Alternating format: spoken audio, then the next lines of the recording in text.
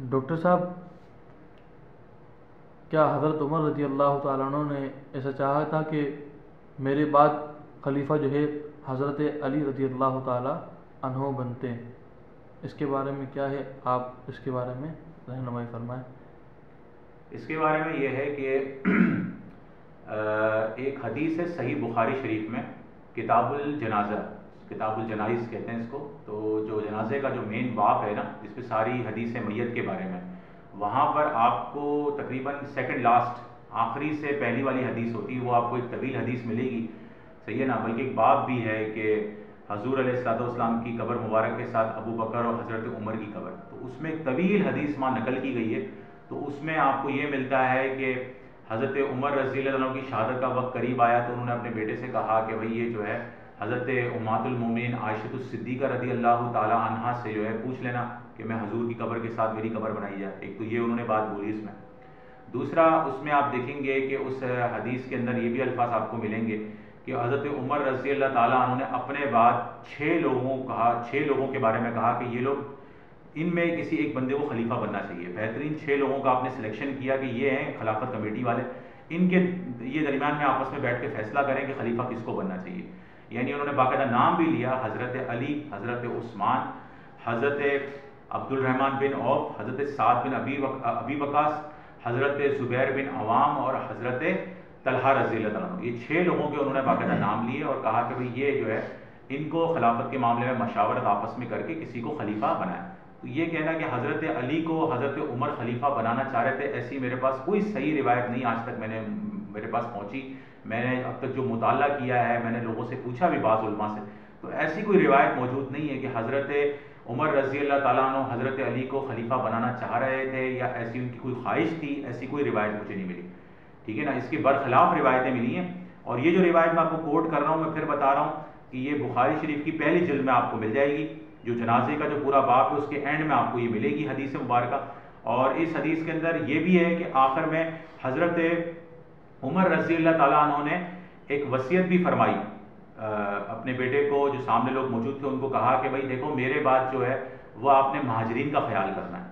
یہ اولین لوگ تھے، اسلام کے بہترین لوگ تھے، ان کا خیال کرو، ان کو جو ہے تکلیف نہ ہو اور ان کے ساتھ اچھا برتاؤ کرو، ٹھیک ہے نا۔ اور پھر انہوں نے آگے چل کے کہا انصار کے ساتھ اچھے برتاؤ کی طرف لے کر آئے کہ انصار ہیں، ان کے ساتھ بھی اچھا برتاؤ کرنا، ٹھیک ہے نا، اور ان کو کوئی تکلیف مت پہنچانا، ان کا حق کا خیال رکھو، ان کے حقوق ادا کرو، اس طرف بھی وصیت کی انہوں نے۔ پھر انہوں نے تیسری وصیت یہ کی جس میں انہوں نے زمیوں کے بارے میں کہا، یہ جو ہے نا جو غیر مسلم ہیں، تو یہ جو وہ جو اپنا وہ ادا کرتے ہیں، جزیہ دیتے ہیں، تو ان کے بارے میں ان پر زیادہ بوجھ نہ ڈالا جائے، ان کو تکلیف نہ پہنچے، ان سے لڑا نہ جائے، ٹھیک ہے نا، اور ان کے حقوق کا خیال کیا جائے۔ تو انہوں نے ایک وصیت یہ بھی کی غیر مسلموں کے بارے میں، تو یہ بھی انہوں نے حضرت عمر کی جو ہے نا آپ کو وصیت نظر آتی ہے۔ لیکن وہاں کہیں میں نے اور بھی طرق کے ساتھ یہ حدیث پڑھی، وہاں انہوں نے کہیں اہل بیت کا ذکر نہیں الگ سے کیا، ٹھیک ہے نا۔ اور اس کے علاوہ جو ہے حضرت عمر رضی اللہ عنہ نے باقی فضیلت اور باقی معاملات کرے، تو انہوں نے وہاں پر کہیں اس بات کا ذکر نہیں کیا کہ اہل بیت یا حضرت علی کے اوپر وصیت کے معاملے میں ایسا کوئی ذکر نہیں کیا۔ دوسرا میں ایک پوائنٹ اور بھی بیان کر دوں جو بڑا اہم پوائنٹ ہے، جو لوگ شاید ذہن میں رکھتے نہیں ہیں، بڑا اہم پوائنٹ میں آپ کے سامنے بیان کر رہا ہوں۔ آپ نے کبھی غور کیا ہے کہ حضرت عمر رضی اللہ تعالیٰ عنہ نے اپنے دور حکومت میں، جو کہ وہ دوسرے خلیفہ تھے اور 10.5 سال ان کی حکومت رہی، تو انہوں نے اپنی خلافت میں حضرت سعد بن ابی وقاص اور حضرت ابو عبیدہ بن جرحہ رضی اللہ تعالیٰ عنہ، یہ دونوں عشرہ مبشرہ ہیں اور قریشی بھی ہیں اور مہاجرین بھی ہیں، یعنی بہت